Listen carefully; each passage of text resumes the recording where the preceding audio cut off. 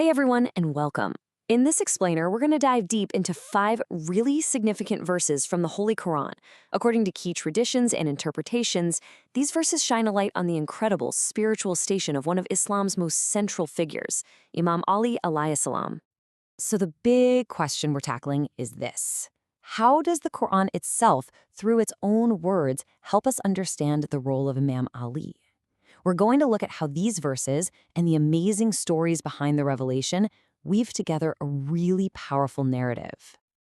Okay, here's our game plan. We'll start with the verse of guardianship, then move to the verse of purification. After that, we'll get into the dramatic story behind the verse of mutual cursing, and finally, we'll look at 2 verses that are completely intertwined, revealed at Ghadir Khumm, the verse of proclamation and the verse of completion. Let's get right into it.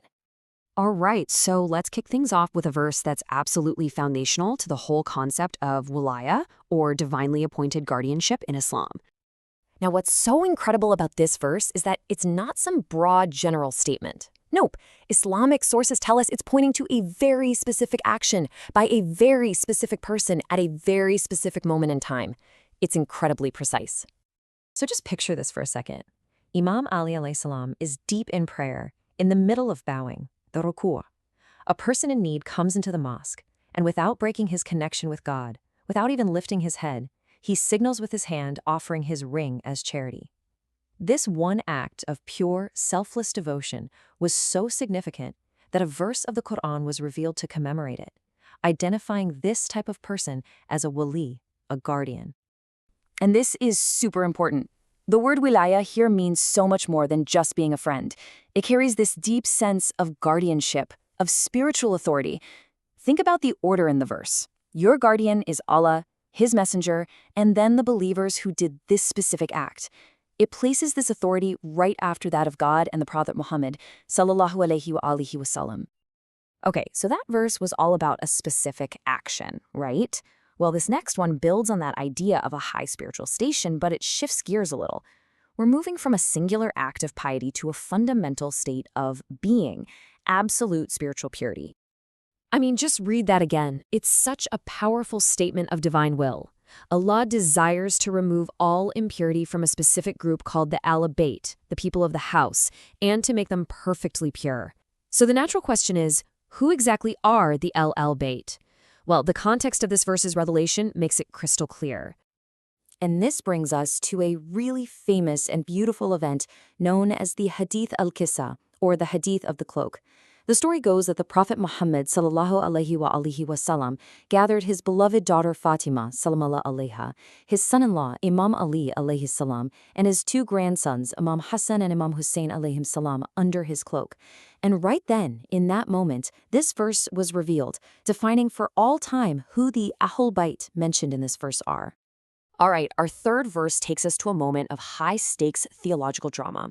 This is a story about a historic confrontation between the Prophet ﷺ and a very learned delegation from another faith community.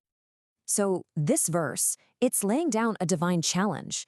After a lengthy debate with the Christian leaders of Najran about the nature of Jesus, alayhi salam, failed to produce an agreement, this verse was revealed. It proposed a kind of ultimate spiritual test called 𝗍𝗶alah. Both sides would gather their dearest and closest people, and together they would pray and ask God to place a curse on whichever party was lying. So when the day of the challenge arrived, everyone watched to see who the Prophet ﷺ would bring. For our sons, he brought Imams Hassan and Hussein alayhim salam. For our women, he brought his one and only daughter, Fatima sallallahu alayha. And for ourselves, he brought just one person to represent his own soul, Imam Ali alayhi salam. The Christian leader took one look at these radiant faces and immediately backed down. He told his people, I see faces that, if they were to pray for a mountain to move, it would move. In that moment of ultimate spiritual confrontation, Imam Ali was presented as the very self of the Prophet. Okay, now we're moving to a really pivotal point in time, the end of the Prophet ﷺ's life during his final pilgrimage. And this next verse, it just carries an incredible sense of urgency and importance. I mean, just feel the weight of that. This is not a suggestion. It's a direct and heavy command. Deliver this message. And if you don't, it's as if your entire 23-year mission of prophethood was for nothing. That's how critical this announcement was. The verse even includes a guarantee of divine protection, which tells you just how controversial and significant this message was expected to be. And the setting for this is absolutely key. This wasn't a private revelation. It came down at a place called Ghadir Khumm, a crossroads where all the pilgrims would disperse. The Prophet ﷺ had everyone stopped. We're talking over 70,000 people under the blazing desert sun, just so he could deliver this one crucial message. So what was this proclamation? What was the message so important it held the entire prophetic mission in the balance?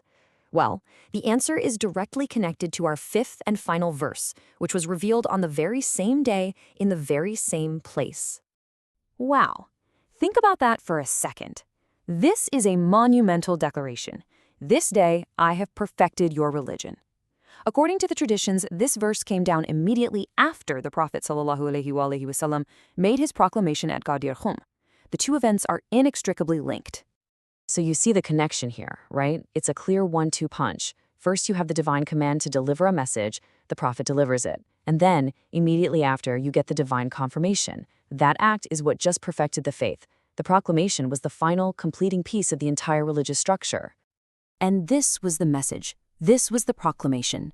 The Prophet ﷺ raised the hand of Imam Ali alayhi salam high for all to see and declared, "Of whomsoever I am his Mawla, his master, his guardian, then this Ali is also his Mawla." He established for Imam Ali the very same authority and mastership that he himself held over the faithful. So let's just pull all these threads together. We've seen a clear, consistent narrative unfold.